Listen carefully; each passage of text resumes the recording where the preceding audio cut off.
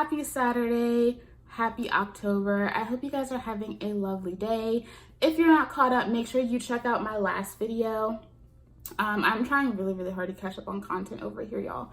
It's been hard, but I'm trying, okay? So today is Book and Breakfast Day. If you're new here, welcome. Book and Breakfast is a day where we kind of come together for the month. We pick our book of the month for our book club. We also talk about new releases. We talk about our previous book of the month. Like we just talk about all things books. All of the good shit, all of the bookish news. We've got it here, okay? And you get good food. Today, we are kicking off spooky season with some black magic reads. We also have some of the coziest, yummiest, most flavorful pumpkin brown butter cinnamon rolls. They were delicious, and I can't wait to give you guys the recipe. We have tons of bookish news, amazing new releases coming out. So if you are interested in getting cozy, baking with me, and talking about all of the amazing bookish things to come, then just keep watching. All right, guys, it is time to go ahead and get to baking and also talk about our book of the month for September. So first things first, we are making brown butter pumpkin cinnamon rolls. These were absolutely delicious. I will have the recipe down in the description below, as long as the creator who put me on. Now let's go ahead and talk about our book of the month pick. History Lessons was such a phenomenal read. I think probably one of my top books of the year. This was so much more than just a cozy mystery. History Lessons follows the story of Daphne Ouverture. Daphne is a French colonialism professor at the esteemed Harrison University, located in a little fictional town of the name Calliope. Daphne is just a girl. She is teaching her classes, trying to make the most of the time that she has with her students, and is also someone who is consistently being revered by her colleagues as someone who is very good at sleuthing. Now we'll get back to that in a minute, okay? When we hit the top of the book, we are introduced to multiple layers of mystery here, right? We have our professor, Sam, who is murdered at the beginning of the book. And the only thing we know about him is that one, he is a professor, and two, he somehow knows Daphne and decides to send Daphne a message right before his untimely demise. Of course, when Daphne realizes that she received a text message from Sam on the night of his death, not just a text message, but a text message quoting one of her favorite books, a book that is now missing, Daphne gets concerned, and it starts to become clear to her that even though she does not know Sam well outside of the fact that he is a colleague, she is involved in this somehow, and she is pretty upset that she has been put in the middle of this white man's mess. On top of that, we also have intercollegiate politics going on. We have a dean of students who very clearly doesn't give a damn about the students and only cares about his upward mobility, as well as there being a plagiarism scandal that seems to be revolving around this dean of students, as well as our murdered professor, Sam. Throughout the book, we see Daphne consistently being targeted and attacked as a person of interest in Sam's murder, and as a person of interest in whatever the hell that Sam had going on prior to his death. This story carried so much critique. So let's talk about all the players involved first. We have Daphne, obviously, who is our professor turned sleuth. And sleuthing kind of runs in her DNA. Both of her parents have a history of being involved in sleuthing, being involved with the CIA. Her mother and her father both have some history in that. And so it's kind of in Daphne's DNA to kind of look at the tiny details and also kind of be able to look at the broader picture and to eke out signs, right? We also have our investigators. So we have Rowan, who is our former detective, now bookstore owner. Like he is our cute bookish baddie. And he kind of gives like Doberman energy in a way, but he is also such a cinnamon roll and I love him. We also have his colleague who brought him in on the case, who I honestly kind of found to be a bit of a disappointment throughout the book.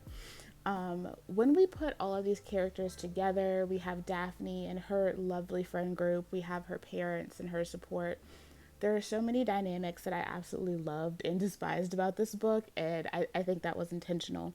I love to see Daphne showered in the support of her family and her friends, her students, who not only put her on a pedestal, but see her as this important human being. But then we also have these very intricate conversations involving race and gender, involving misogynoir.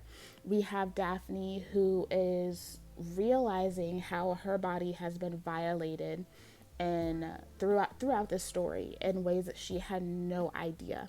On top of that, not just her being a victim unknowingly, but so many other victims around the campus. We had this conversation of Daphne coming to terms with the fact that men in this space, in this collegiate space, white men in particular, love to fetishize Black women. We have this conversation around not being the type that you marry, but the type that you would like to fuck, right? We also have our detective, who is also a woman of color, who oftentimes discredits Daphne and doesn't really listen to her because she is trying to come up on her own and trying to prove herself as a woman of color, but also discrediting the other Black women in the room.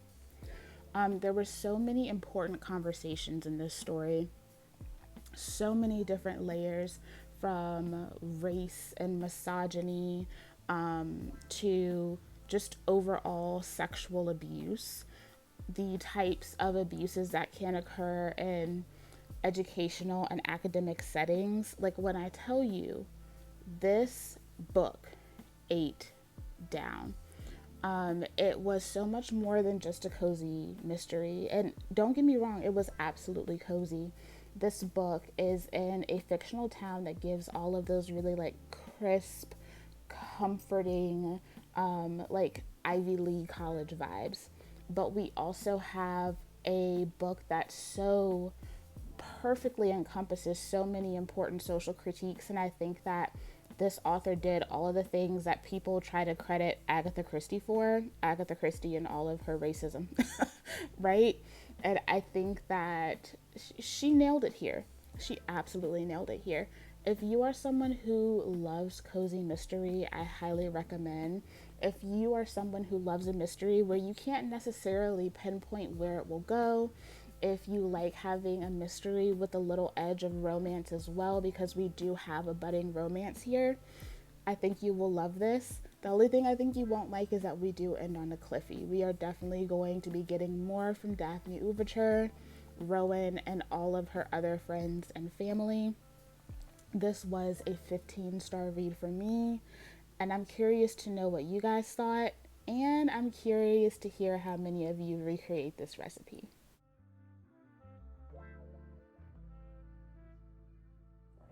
All right, baby loves, I hope that you guys enjoyed that recipe and enjoyed history lessons. You know, I'm in love with Daphne Overture. Yeah, I'm in love with Daphne. I cannot wait to see where this takes us, because it's definitely giving we're getting another book, and I'm here for it. I'm here for it. So you guys let me know down in the comments, what did you think of the book? Did you have a great time? All of that good stuff. I'm thinking, because I've been having so many issues with I've been having so many issues trying to do live streams on here. Whenever I cut them on, they cut off and they will just run. Like, it's weird. So I think that what I'm going to do is start a book club on Storygraph. So putting that there so it's an easier place for us to communicate than just using the comments tab here. So I will be working on that this weekend to try to have it up for you guys. I always have my story graph linked down in my description box. So if you're not following me on Storygraph, make sure you're following me there. I just want to make sure that I have more avenues for us to communicate. And I think it will be a lot easier for me to remember to update you guys on Storygraph than it will to remind myself to do full-on posts here. All right, now that we have gotten through that, guys, it's time to pick our October book of the month. Now, October is Black Speculative Fiction Month, and so we're doing Black magic. I have 4 options for you guys. 2 are more so on the darker, spooky side, and we have 2 that are a little bit more on the whimsical, cutesy side. First up, we have The Secret World of Maggie Gray by Granger. Look, if you are into anything Black bookish, anything, then you've heard about Granger and you've heard about the Drew Collins universe. I am super excited to jump into this world. I'm reading it this month with or without y'all, okay? So you don't feel like you have to pick it because it's going to get read. This is a Black magical university centered around Black AF characters, and I am here for it. I have heard that this series is amazing. I have all the books. So I'm excited to tap into it. So if you would also like to dive into the secret world of Maggie Gray with me, then make sure you vote in the comments down below. Then we also have Immortal Dark by Tigist Girma. Now, book 2, Eternal Ruin, is coming out in November, and I think that it would be really dope to do a reread with you guys or a fresh read for those of you who haven't read it. We have a young woman who is taking up the helm and trying to solve the death of her sister by attending this magical university and representing her family. But she has an obstacle in a vampire that is also running the household. And she has to compete with him to get everything that she is owed, but to also find some answers about what happened to her sister. I started this book, didn't quite finish it, so I need to go back and work on it. So if you would like to work on Immortal Dark by Tigist Girma this month, make sure you vote for that in the comments below.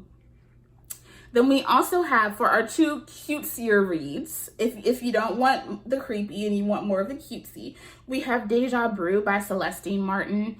This is book 3 in the Elemental Love series. You do not have to read them in order. She doesn't give spoilers and stuff like that.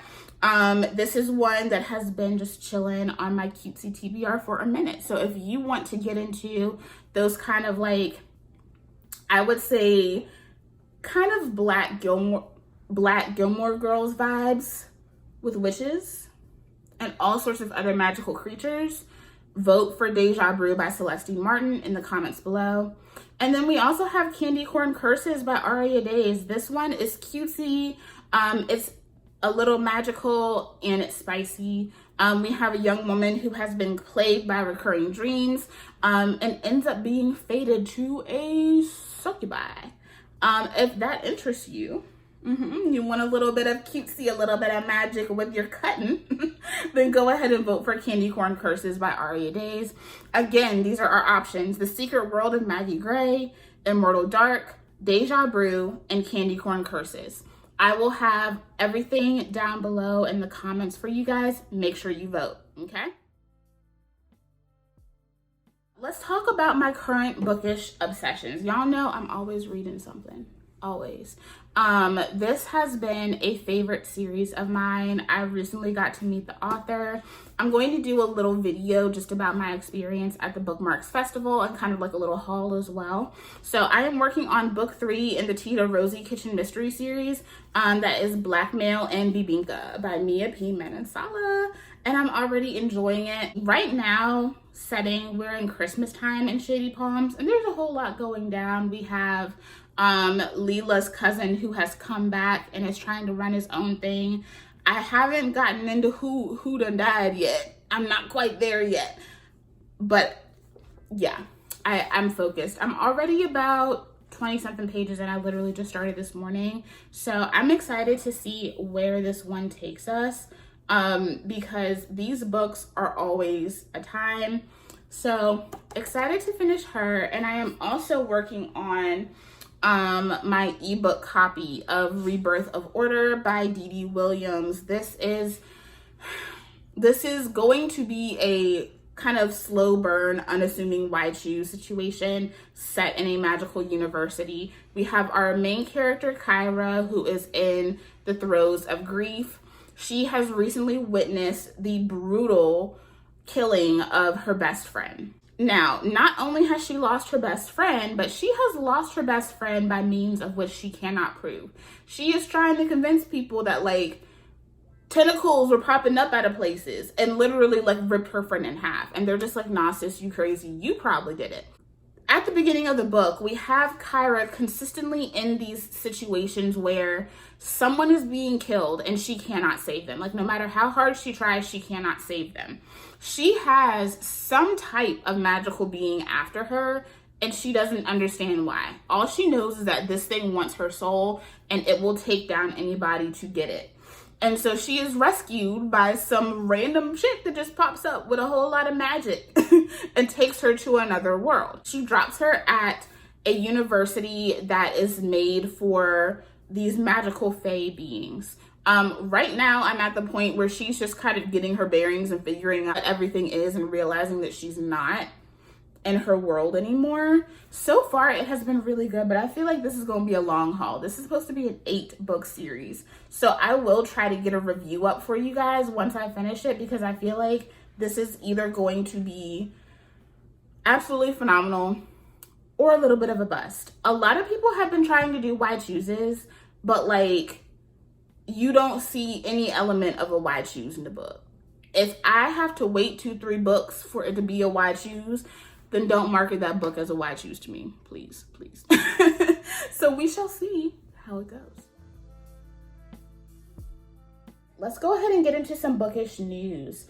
First things first, congratulations to Miss Casey R. Kelly. Right now, as we speak, the Black Book Bash is taking place in Jacksonville, Florida. And hopefully everything is going smoothly and everyone is having a phenomenal time. The author lineups, some of my friends are also doing panels this weekend. So I am so proud of her and all of my people that are doing amazing things and showing up and getting these opportunities. I'm hyped for y'all. Next thing up, we have the event that I have been waiting for. It is Brew season, Black Readers Appreciation. It's time. We have the Black Readers Appreciation event coming up in November, but if you are an author, if you are a Black author and you would like to participate this year, the window is still open. So you have until October 28th to sign up to participate in the Black Readers Appreciation event. I will have the information for Miss A.A. Lewis, who is like the founder of all of this. I will have that down in the description box for you guys. If you are an author if you are a Black author that would like to participate. And then the actual Black Readers Appreciation event will run from November 5th through the 8th. There were so many amazing options last year. I'm pretty sure I downloaded about 100 books last year. I was knee deep in the trenches with the Black Readers Appreciation event, and I found so many amazing new to me authors and just phenomenal reads. So definitely, if you love Black books in general, if you love urban fiction and romance, you love Black fantasy, check out the Brew event, because there were so many different things, not just ebooks but also audiobooks as well. So make sure you're tapped into that. And then we also got the cover reveal for the traditional release of Restore Me. Why is it so fine? What? It's so sexy. Look, I was nervous, okay? Because I love the original indie covers of the New Haven series. I think they're stunning. This did it justice. This absolutely did it justice. It's, yeah. Absolutely. Yeah, it's sexy as hell. Like, they nailed it because there's so much surrounding Sloane and her being like deprived of touch, having that like skin hunger, you know. This it get yeah.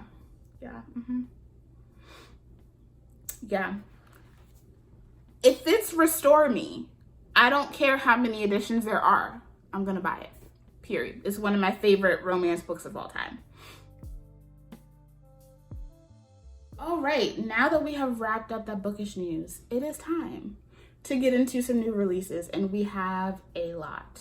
Let's talk about a couple of things that have already released. So we have As Long As You're Mine by Nekesa Afia. This is a historical fiction. If the name Nekesa Afia sounds familiar to you, Nekesa Afia is the author of the Harlem Renaissance murder mystery series that I have been just like boasting about for a good minute.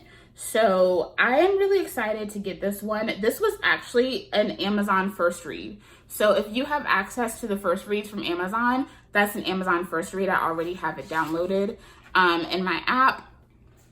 And then we also got a new release from Aria Daze. This is The Glistening. And it is very much magical, witchy vibes. And lots of fucking. It's already out. I've already downloaded it. I'm going to be starting it this weekend. I don't play about Aria Daze. All right. Then we have a few things coming out next week. Now, y'all already know this ain't everything. This is just everything I was able to compile at the moment. We have The Scammer by Tiffany D. Jackson. This is her second release this year. She had Blood in the Water earlier in the spring. Now we have The Scammer coming this fall. So that will be out this Tuesday. I'm hyped. Look, anything Tiffany D. Jackson writes, I'm going to read it. Even if I'm a little bit behind, I'm going to read it. Period. And then we also have Mate by Ali Hazelwood coming out. This is the second book in her Omegaverse series. So definitely check that out. That's also coming out on the 7th. A lot of people really, really enjoyed that one. So, yeah. We also have another drop from Christina Forrest. I don't know if this is going to be a indie release. It's called Heartsick. It looks like a really cute, like cutesy romance. So I'm going to keep my eyes out on that. Then the following week, we have a lot of really good stuff coming. On the 11th, we have Safety Net by Deanna Gray. This is the long-awaited, I think, third book in the Mendel Hawk series. This is her hockey series. We have lots of Black characters. So I love Deanna Gray. Deanna Gray's writing is phenomenal, and I have had my eye out trying to see when this was coming out because I have wanted to start the Mendel Hawk series. I just feel like there's something about sports romances in general, but like especially hockey and football romances that just eat in the fall. Yeah. Then we have on the 14th dropping, we have Revolve by Balcabra. This is, I believe, the third book in her hockey series. So we have our inline figure skaters and our hockey boys once again coming back. I do need to read Spiral, which I have. I read Collide and I loved it. It was really good. I just do still need to read Spiral. And then we have Revolve coming out on the 14th. So I'm excited about that one. I really like Balcabra's writing. So I'm excited to like kind of continue the series. And then we also have, I know y'all were waiting on this one because I've been waiting on it. We have I Accidentally Hired a Shadow Walker by Jessica Cage coming out on the 14th. Listen, after the 14th, don't talk to me. Because I'm gonna be in it. I'm gonna be in it with these books, okay? I'm just saying, y'all know I love me some Jessica Cage. Those of you who read along in our book club pick a while back when we did I Accidentally Hooked Up with a Vampire, y'all know that series is phenomenal. Jessica Cage is just my kind of writer. So I'm really excited to get into this one. Then on the 17th, we have Poison Ivy by Ava Rani coming out. This one I'm excited about. I'm actually about 6 chapters into this one. I was very kindly sent an ALC and an E-arc of Poisoned Ivy through Good Girls PR. So shout out to Good Girls PR. I've been listening to this while I've been like getting ready, kind of cleaning up and everything, and it has been so good. We're set in an Ivy League college. We have 2 rich main characters. Both our MMC and FMC have been dealing with a lot of financial abuse, among other things, from their families. We have our FMC, who is really trying to like do her own thing and break off from her parents and kind of make her own money. And one way she wants to do that is to win a contest through her school newspaper. So she's trying to enter this contest. She doesn't have anything like really sound, right? She wants to write something groundbreaking, but she doesn't really have any ideas until she gets a knock on her door and she finds a mask and an invitation to an event with a secret society. And of course, one of the big guys on campus, who also works on the school paper, but is kind of, you know, a bit of a brush off, is not only part of this secret society, but he's helping to run it. So far, it has been really good. It's very like cozy, like college vibes, but also there's some elements of mystery to this that I wasn't expecting. I think Ava Rani also does like a tech billionaire series. I haven't read that, but I'm liking this book so far, so I might have to get into more of Ava's work. We also have The Don and His Lieutenant coming out on the 17th. This is penned by Jaylee Fields. Y'all know I love me some Jaylee Fields. I do have an arc for this, and I will be finishing that up soon to give you guys a review. Just know, if you haven't read anything by Jaylee Fields, you need to. Her writing is phenomenal. Then on the 21st, we have Our Vicious Descent by Haley Dennings. This is the second book in her YA vampire series. So if you have been waiting on that one, she's coming. We also have A Worthy Opponent by Katie Robert coming out. This is the 3rd release in the trad pub versions of her Wicked Villain series. I'm gonna pick it up because if it's Katie Robert, I'm picking it up, period.